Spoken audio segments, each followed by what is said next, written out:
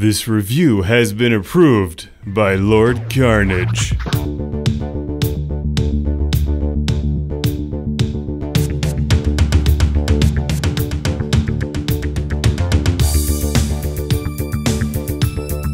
Welcome to Classic Game Room, where I bring you the review of Curse for the Sega Mega Drive 16 bits, heading your way.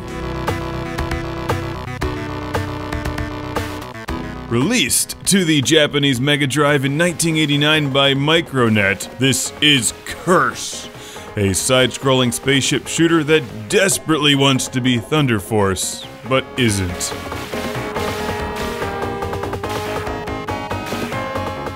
The curse of a game named Curse, I guess, is that it's tragically average. Like, it doesn't do anything wrong, but it doesn't do anything that 1,000 other games don't do better either. It's just okay. Except for one feature that stands out, the artwork on the cartridge is really catchy. Like, I don't know what's going on there, it just looks super cool. And I'm actually glad to have received this one in the mail because I got a stack of Mega Drive games lately, Japanese Mega Drive games, and they wouldn't work on my standard Genesis. And you know, being an American, I frequently get confused with the whole Genesis versus Mega Drive things because the Europeans have a Mega Drive and we have Genesis, and they're like the same thing, but the Japanese also have a Mega Drive, but the Japanese Mega Drive doesn't play American games, and the American Genesis doesn't play Japanese Mega Drive games. But apparently, years ago, my friend Felicity from Worcestershire, England sent the show a Japanese Mega Drive, which I thought was broken because it wouldn't play American or European Mega Drive games or Genesis games, but it does play Japanese Mega Drive games. Like this one. You confused yet? Good.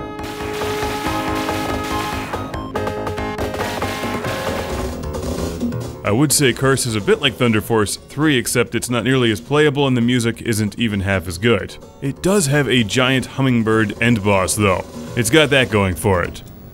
When did this game turn into Calibri? Not that I'm complaining, I'm just curious.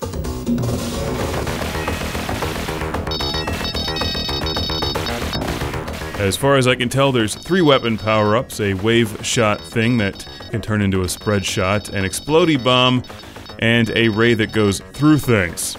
Most of the enemies are fairly predictable, but these meteors or whatever are downright deadly. They're tough, and as you can see, the backgrounds are just, you know, they're okay. Like, that's the whole story of the game. That's the curse of Curse. You're not as good as Thunder Force 2, 3, or 4. But at the same time, it's not unplayable either. You have a shield, which is nice for a side-scrolling shooter, so you can take a couple hits. If you pick up the E, it replenishes your shield. You have a super bomb, which is useful when you have no way out. And by level 4, it gets downright damned difficult. And while it's fun and gets the job done, I guess, you gotta ask yourself, would you rather spend your time playing Curse, or Aeroflash, or Hellfire, Airbuster, Phelios, Gynoog? There's better games on the Mega Drive. And that's pretty much my concluding argument. This one is for serious collectors only.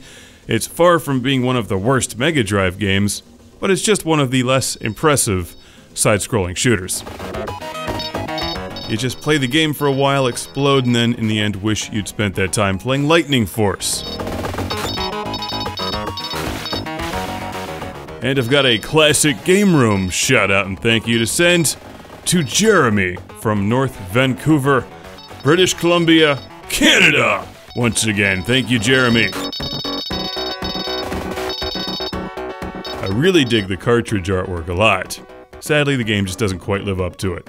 Don't forget to pick up your homing missiles, and this boss is easily confused. Raise his giant tentacle eyeball arm thing, and then shoot the exposed other eyeball thing. If only this had giant fish that shoot lasers. But then it would be a Darius clone. As far as I know, this one never made it to the West. It's a Japanese exclusive. And it may as well stay there because there's better games in this genre on your Mega Drive or Sega Genesis.